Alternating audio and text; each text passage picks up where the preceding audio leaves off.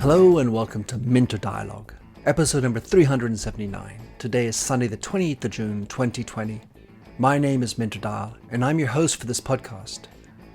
And wherever you may be listening to this podcast, I hope you're staying sane and stimulated.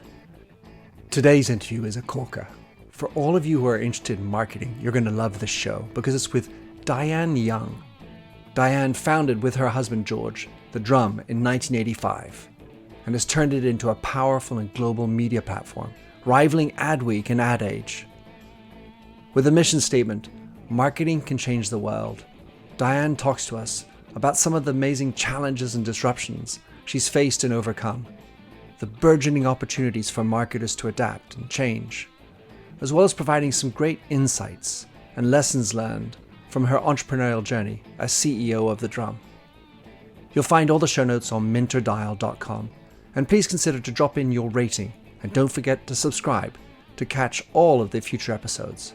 Now for the show. Diane Young, how wonderful to have you on the show. You and I met in a panel. You are the co-founder of The Drum, a wonderful online resource for me and all marketers, with your husband, Gordon. And that was back in 1985. My goodness. So you're now the CEO. It's become a global media platform just behind Adweek and Adage in terms of marketing news. And it's the biggest marketing website in Europe. Congratulations, Diane. How would you like to describe yourself? How would I like to describe myself? Well, that's how long have we got? As long as you wish. I describe myself as hardworking, ambitious. I'm curious all the time about what's coming next and what's going on at the moment. And, you know, I'm not afraid of a challenge, which we often have in media. I think at the moment, you know, running a media business is challenging. The market's changing. The models are dissolving as fast as they're appearing in some cases. And so I think I've got... I don't know, what's the word? I think I've got grit. Love that word. Recommendation for the Angela Duckworth book, Grit. For anyone who hasn't read it, I highly recommend it. So one of the, well, you're obviously in the marketing space, Diane, and you have a mission for The Drum, which is marketing can change the world. Can you describe the origin story of that? When was it over a dinner with Gordon? Pints in the pub? How did they come around? Yeah, I think it was probably a bit more dull than that. I think it was probably in a meeting somewhere, but on one of the classic off-site meetings where you go away to, have some blue sky thinking. And we were wondering about, why we've done what we do all these years, and why we still really care about it. And it was because we genuinely think that marketing's worthwhile, that the world would be, a worse place if it wasn't here. How would you find out the products, the services, the events, the music, all the things that add to your life? How would you find out about them without marketing? How would you be educated in things like public health campaigns and so on? It really matters to people's personal growth, to the experiences they have in their lives, to their business, their jobs, the economy. And so it was really about thinking, this is not a negative thing. A lot of people are quite negative about advertising and the things that go with it. But actually, we're proud to be part of this industry because it really does add to the world and it could do even more. And that's what we're trying to highlight to the industry globally. Lovely. So you're always in the meta world talking around marketing, of course. You're also running a business, which happens to be in the media space. So I was just wondering how you apply what you learn when you're writing to what you're doing, because it's sort of one thing to talk about it, like the cobbler who's wearing poor shoes. There's often the challenge of adapting what you say, like a consultant says, well, you should just do this, but they don't know how to do it for themselves. What kind of lessons have you learned about and what's worked in the type of marketing you use to run The Drum? Yeah, I think you can be more right about the cobbler's shoes. I don't think we apply everything that we write about as much as we could, but this is actually one of the reasons why drum and what we do is important is because every marketer is in the same position as we are with our marketing, which is there's an overwhelming amount of change happening. When I think back to when I joined the business, if you knew you needed to know about advertising, direct marketing, design and PR, and that pretty much covered everything in marketing at the time. And now if you were to list all the things from programmatic to analytics to GDPR, all the new kinds of marketing and all the new things you need to know, it's just not possible really to keep up with it all. And I think that's the biggest challenge that marketers have got.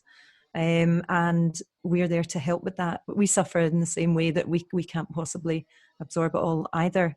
But we're adapting as fast as we can and trying to explore new avenues for bringing the right content to people at the time when they need it most. Well, you've certainly had to do a lot of adapting over the years since you've been around and surviving through so many different changes. One of the things that might be interesting for everybody is to understand a little bit more about what the drum provides, other than the sort of sometimes the front-facing website that people probably know the most. Tell us about what your business is about and all the events you run. Yeah. So as you mentioned earlier, we think that marketing is a good force in the world. It changes the world for the better. And so everything we do at the Drum, we're trying to help marketers make better decisions for the reasons we just discussed about how difficult it is to absorb all the information that you need. So we do this in a variety of ways. Obviously, thedrum.com is the hub for all the activity that we do. And over 1 million marketers a month come to the website to get information and to learn. We've also actually just opened that up. We're just offering a new service launching at the moment, which is called Open Mic. And that is the self-publishing platform for the marketing industry. So what we're doing is, I suppose it's an acknowledgement of what I've just said, which is that, we can't possibly cover everything that's needed to be covered. And so we want other people to come on board and bring their expertise to the platform and help in our mission to, really assist people to make decisions. So that's called Open Mic, and that is launching. It's launching right now. The other things we do include the Drum Recommends, which is it's a bit like TripAdvisor, but for brands choosing agencies. So it allows brands to make decisions based on ratings that have been made by other by other buyers of those services. So rather than just listening to the pitch of somebody that you might be wanting to take on to do your marketing, you can actually see what other people have thought of what they're good at and what they're maybe not so good at and who's good in their company. We do a lot of events, many of which are now virtual. Sure. So we are running festivals throughout the year for different niches in the market, I suppose. And one of the most exciting things that we are launching very shortly, once everybody is free to move about, is something called the Drum Labs, where we're taking over a 3-story building in Shoreditch, and we're turning it into an innovation centre where brands, innovation leaders, agencies, media companies can all come together to learn and play with new technologies and think about the future. They can showcase new approaches, new tech, and we'll be doing a lot of live content from there. We already have a studio set up in there. There's going to be a connected coffee shop, a connected bar. There's going to be a retail experience of the future. And we're really looking forward to seeing all the different ways that our creative sector will come together to make that a really exciting space. Well, so that's a flavour of the sort of things we're doing. Yeah. Just coming back to one point, which is that since you're at the nub of all marketing, in fact, I'm thinking you actually have a worse job in some regards, because you're kind of aware of everything. And that, for many, they're not even still, no one's really come into figured out VR, AR, or AI, and also these other tech possibilities. You are inevitably confronted with all of them. So you actually have this, a vaster variety from which to choose, which is probably a difficult thing. Yeah. I mean, I think that's why I love what I do. I said at the beginning, one of the things is I'm really curious. and enjoy learning stuff. And I'm really looking forward to the drum labs, because it's going to help me to understand a whole lot of things that I don't really understand, because I literally haven't seen them. I Right. write, I read about them, Mm-hmm. but it's not the same as being able to actually interact and have people on the spot explaining things to you and demonstrating use cases and so on. And one of the things I'm really becoming interested in, and I'm determined to educate myself on quite quickly, is 5G, Uh-huh. and how that's going to massively change the capabilities of AR, VR, the IoT. speed of the speed we're going to be able to do things. I think there'll be a lot of IoT Mm-hmm. activities in the drum labs, and I think that's going to be really good fun. I think it will be at times like a playground, that You people will mentioned just love coming in to get a taste of what the future is going to be like. 100%. And one of the things you mentioned is this idea of sort of just reading about it, doing it, living it, experiencing it. And I tend to believe that is one of the biggest challenges in business today, is that the CEO and the C-suite, terribly busy doing so many other things. They read in the Wall Street Journal or maybe in the drum, hopefully. Yet, do they not really understand what the experience is? And then the agency comes and says, well, we should spend, X amount of pounds on putting this together. Oh, I heard about that. It's very interesting. I saw it in the drum. But they don't really get what it's down to. And the agency typically is going to sell them what they make money on. The brand guy, not knowing enough, is not going to be able to feel the experience for the customer. And therefore, you end up with these horrible customer experiences where no one's really gotten into the shoes and used and been and lived as a customer. Mm-hmm. I think there's always a bit of push and pull between, wanting to always get the next new shiny thing, whether it's relevant or not, and what you're talking about, which is not really having any experience of what you could be doing, and therefore holding back. And I think that's a constant balance that marketers, heads of marketing and people running agencies are facing. Well, How, I hopefully a mean, lot of how would you persuade them? Well, in any event, I don't know exactly that, except to try to say, well, if you want to do effective customer experience, use it, be it, get in their shoes, go to the drum labs. So with regard to events, I would be curious to hear from you, and you who run so many events, even if you're a publisher on the other side. What do you think of the learnings out of this pandemic period and these new flush with virtual experiences? Are our future events, how impacted are our future in real person events like the drum labs going to be by what we've gone through? Yeah, well, that's a massive question for all publishing and media companies at the moment, because many of them are very reliant on events. Indeed, there's some companies that are events only, and I Yeah. really feel for them at the moment. It must be very stressful. Our approach is we've pivoted as quickly as we possibly could. We staged a virtual festival actually by the end of March. Nice. Which was quick to replace a physical event that we were Sure. doing. Our award shows, which would normally be big black tie dinners, we do not anticipate doing any this year at all. I know that a lot of companies in our shoes are, saying they're going to do things in Q4. We've just decided we're not going to do that, and we're now doing our award shows online, which actually means I think that they can become more global. I think having a physical event for your awards, no matter whether the entries are open internationally or not, it's always going to impact how, whether people feel it's a local or national event. Yeah. And are the award winners going to fly in from Indonesia to Well, London? they don't. Some festivals. I mean, something like Cannes, is obviously very, there are international festivals that achieve Sure. that. But for a lot, that's more Tall difficult to order. achieve. I mean, I would love, people from all over the world to be joining on to, a call for a conference or for an award show, and feel part of a global community, which they could never do if they had to pay the money to go. So in our future, certainly the immediate future, I don't see any big set piece events like that, and maybe we'll never go back to doing that. That said, meeting people and face to face is still really important.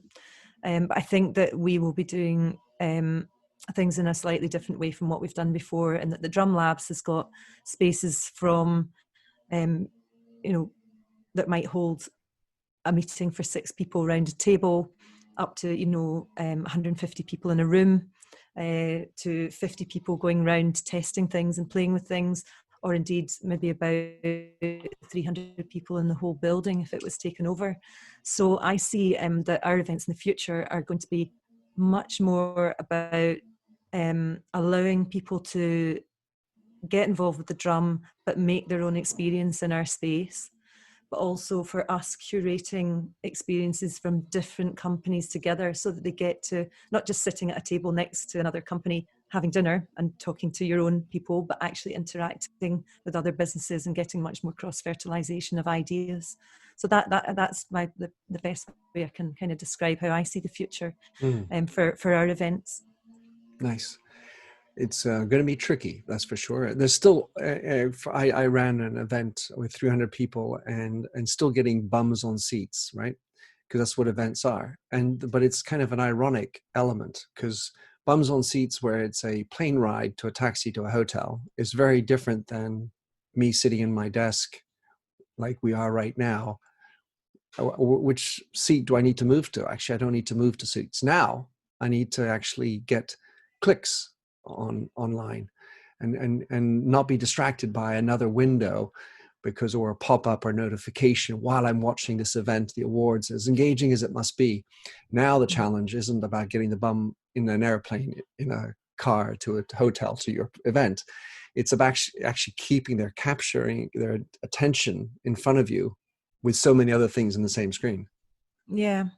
I mean, I think one of the counters to that, though, is that some of the giant international companies are saying things like, we're not even going to consider any travel till October. One I know, which is a huge company, said there will be no travel really this year at all.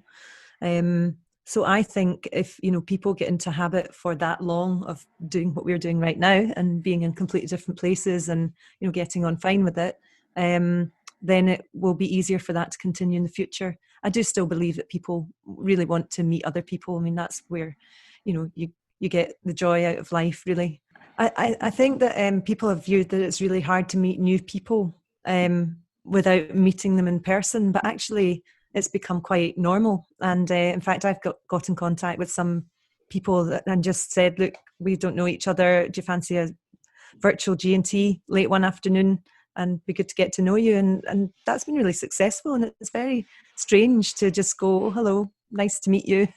Well, in real life, we don't get to kiss, we don't get to shake hands or anything like that. So there's a similarity at that level. It's a social distancing. One of the things I'm thinking about is we talked about companies maybe going only virtual, not having in real life conferences. Part of me says, well, there's the ecological benefit. There's also going to be the economic benefit. And I certainly feel that that's going to be one of the ways that companies are going to scrimp and try to get back some of the lost profits through the pandemic issues. The question then becomes, how do they layer in the budget for 2021, right? Yeah. I mean, I think it's going to be a bit of a weird mix, because I hear people sort of saying things like, oh, we've just moved all our events into Q4. Somebody said to me, we're doing 89 events in November or something ridiculous like that. And I think there's various issues with that. Well, first of all, how do you resource it without, killing your team? How are you going to get people along? Because nobody is going to want to go out every single night to an event. So I think the demand will be less from that point of view. And also the demand is going to be less because people can't afford it. They can't afford the trains, the pre-dinner drinks, the hotel rooms, Totally. the tickets. So I think there's going to be a weird misalignment between supply and demand in terms of live events at the end of this year and potentially the beginning of next year. What happens after that remains to be seen. I think you're right that the economics of virtual conferences seems to be quite good at the moment. Whether that's because there's no alternative remains to be seen. And I think I think it's going to be very difficult for the hospitality industry to recover as well. And I feel that this might be a long-term blow to them, that if virtual events take off, they won't completely replace in person, but they're certainly going to change the emphasis quite considerably. So I think I think people are changing as well. I mean, I hear so many people saying that they don't want to go back to rushing about all the time. People saying, I thought I really loved traveling to London every week. But now I realise I don't. You're like, I like the 2 hours extra sleep. Yeah, exactly. But I don't know. It seems to me the place is coming to life already around us. You know, the roads are getting busier, the pavements are getting busier. You know, people are habitual, and it's going to maybe take more than this to break their habits completely. So I think it's everything to play for in terms of live and virtual. It is indeed, to see what sticks and change. Change is for sure. Growth is the option, I like to say.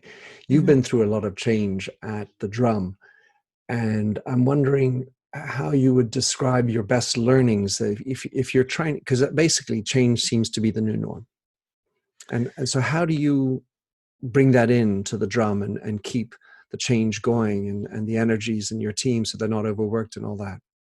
Yeah, I think that the industry we work in, makes it, I suppose, easy in a way, because everything, you know, it's such a fast-moving industry, marketing, and as I mentioned earlier, media is changing so quickly that I don't think there's ever a time when we think, oh, this is all getting a bit samey.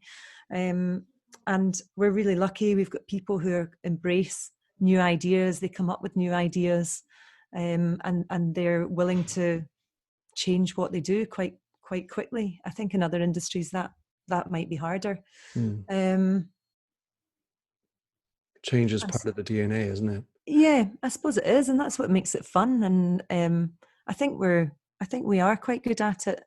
We're good at doing things at pace. Sometimes we don't always get it completely right as a result, but at least we move. You know, you do things. Got some momentum. Yeah, we've got momentum. I mean, reality is we need to learn how to accept failure, of course, without going under. Yeah. As a CEO of the Drum, I'm very curious. It's a question I regularly ask for C-suite type of individuals, how they manage their own personal branding, and to what extent you think it's important for the C-suite to have a personal brand and represent the brand externally as a person. I mean, it seems a bit of a counterintuitive thing to say, but I try to be myself. I mean, how can you try to be yourself? Because you are yourself. But I suppose I try not to assume some sort of other persona when I'm out and about, and when I'm speaking at events or doing podcasts like this. But I suppose what I mean is that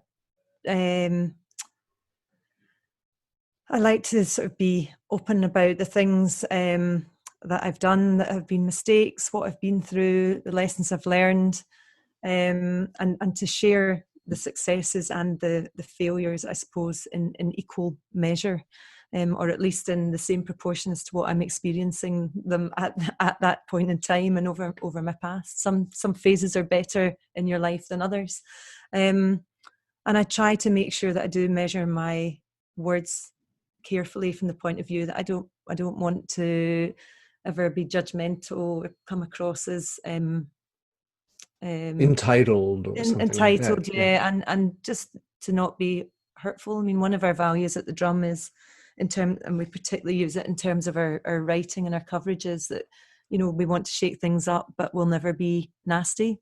And you know, there's some stories that people ask us to cover or expect us to cover, and we just think, well, that doesn't really add anything, and it's just going to, you know, make someone who already is in a difficult situation feel much worse, and it's not going to help marketers to make better decisions. It's just going to make other, you know, people who might feel a bit revengeful or something, that's going to make them feel good. But other than that, it adds absolutely no value. So I suppose I just try and conduct myself in a similar way.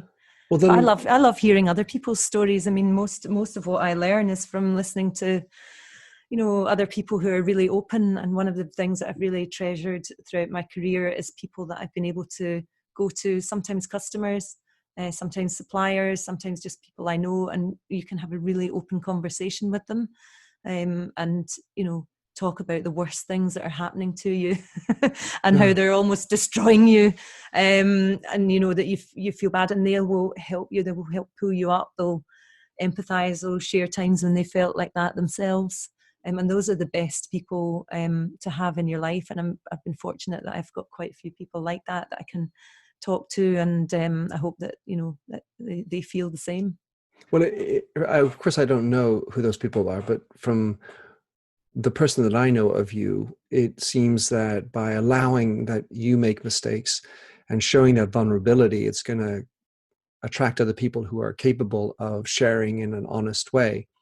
The challenge is that in business is so often when you admit I made a mistake, you think, or you are judged for being a failure. You have weakness. Look, you're talking about your mistakes and so on.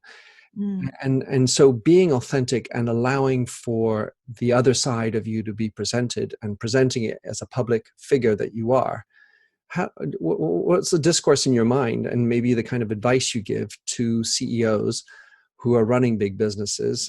Because I know from my experience, a lot of them aren't willing or able to avow their own mistakes and foibles. Mm-hmm. Well, I think I'm lucky because I'm running my own business and it's not a big corporate. I mean, some people can't even, have an interview with a journalist without their PR person being there. And I think that's extremely difficult. That makes it extremely difficult for them to really be authentic. Sure. Well, I suppose they need to find a different way. So say I'm fortunate that, the drum I think the drum as a brand has a personality, and that's a reflection of the people that are in it. And we have had, we've got quite a number of people in our business who've been in 10, 15, 20 years with us, and really have obviously bought into that, and they reflect that personality out. So I suppose it's finding a way to gather together the right people around you so that the whole brand can have a personality with its own, with each person having their own little things within that. But that would then allow, CEOs to just be part of something bigger, and it's not just about their personality, although that's part of it. Does that make sense? Yeah, it does. I mean, the challenge, for having been a marketer most of my life, I'm fully aware of the lack of trust that customers have about anything that comes out of my mouth or from the brand that I was running or whatever, because we are a distrustful organization or a profession in general, because we have basically sold products for the moon when we're just selling as a widget. Mm-hmm. And so our seeking out the ways to stand above the crowd, not reeled in at all, has made us feel less trustworthy. And when on top of that, you don't even trust your individuals in your company to speak without being, overviewed, for example, how on earth do you further the trust? And so when I hear you saying, well, I'm thankful because I run this company, or you own it. Well, I think that's the issue with so many of these big brands and marketers, is that they don't own it. Mm-hmm. In a more physiological manner, if you know what I mean. Yeah. I mean, I was saying, our company personality is made up of lots of individuals as well. And they, we trust them to, conduct themselves in a certain manner. We explain what our way of working is to them when they join, and we try and, highlight that on a regular basis. But within that set of values, that gives them a guide as to, what they can do and what they can say when they're part of the drum. And really they get a lot of trust. And I suppose that's what's much more difficult to gain in a big organization. Especially the challenge is, as I grow our organization, how do we keep that going? As we have different offices in different countries, different and cultures, new people and so come on. in, and Mm-hmm. sure, I mean but that's, let's say, that's the challenge of leadership. And for someone who spends a lot of time talking about empathy, it's one thing to write empathy as one of our values. It's another thing to live it and make it feel real as much as possible, because you're never going to be perfect. Even if you have the value up on the sheet, there are going to be days where you're more behind it than you're ahead of it. Yeah, I totally agree with that. And it's being able to embrace that variation and messiness. I mean, I like the word messiness a lot, because I think it really, first of all, represents life. And to the extent that marketing has, through, I think, mistaken judgment, thought that it's all about retouching the girl to be perfectly, wrinkleless, that notion of striving for, look how amazing my product will make you feel 25 years younger, kind of approach, as opposed to being more real, being more honest, and sometimes, for example, accepting that I'm not so good, or at least that I make mistakes. Yeah, I think one of the things that marketers must do is try and work out, where the line is between, selling an ideal and something to strive for, and just also making sure that people don't realize that life isn't necessarily perfect. Yeah. It's a challenge, because if everything in marketing was just, you can improve yourself slightly or have a slightly better time, or whatever it is, that's not really going to, it's not going to sell product. But I think marketing should be a little bit at least about aspiration, about helping people to be healthier, or to think about different activities, or buy different things, and we see that a lot now in terms of the move towards more environmentally friendly products, more purposeful brands, more authentic brands. They are gaining traction, and that's something that every marketer is really having to learn how to do. And sometimes it's difficult. Depends what your product is. How can you be really purposeful about producing nails and hammers, or Well, whatever it is you happen a house to sell. you live under. I think that's what I think, Diane. I mean, even financial services, who have amongst the most seedy reputations out there, they serve a great purpose. The challenge is reeling back the need for profits and remembering what purpose they serve and the community they serve. And rather than being sort of profit bottom line centric and me, and my career as the CEO or whatever, how do you step out and do something for the bigger community? Of course, you have to do that not only with authenticity, you have to do it in the long term. Otherwise, it's just another, marketing campaign. Yeah. I suppose the question just is, why does what I'm doing matter? That's it. And is the answer good enough to make me want to continue, working hard at doing it? Love it. Diane, a lovely conversation. Thank you for coming on the show. I would love for you to tell us how people can subscribe, get to know more about what you guys are up to at the Drum, or of course, indeed, follow you. Yes. Obviously you can go to thedrum.com from anywhere in the world and consume our fantastic content. I can also be found posting on LinkedIn, and I've actually just launched a podcast myself called Marketing Stories, which can be found on iTunes and all the usual channels. And it's basically me reading some of the content from our print magazine. Brilliant. Well, I'll be sure to put all of that in the show notes, Diane. Thanks for coming on the show. Keep making the change that needs to happen in our world, and love to follow on with you. Thank you so much for having me. Thanks for having listened to this recording of the Minter Dialogue Show. You'll find the show notes and other blog posts on minterdial.com. If you enjoyed the show, please head over to iTunes to give a rating and review. And to finish, here's a song I wrote with Stephanie Singer, A Convinced Man.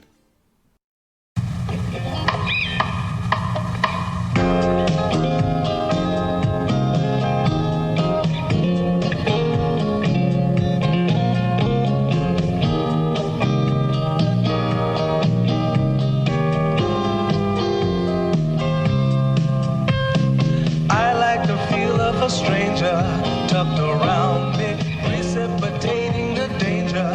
To feel free, trust is the reason. Still, I won't toe the line. I sit here passively, hope for your respect, anticipating the thrill of your intellect. Maybe I tell myself there's no use in me lying. I'm a convinced man, building an urge. I'm a convinced man.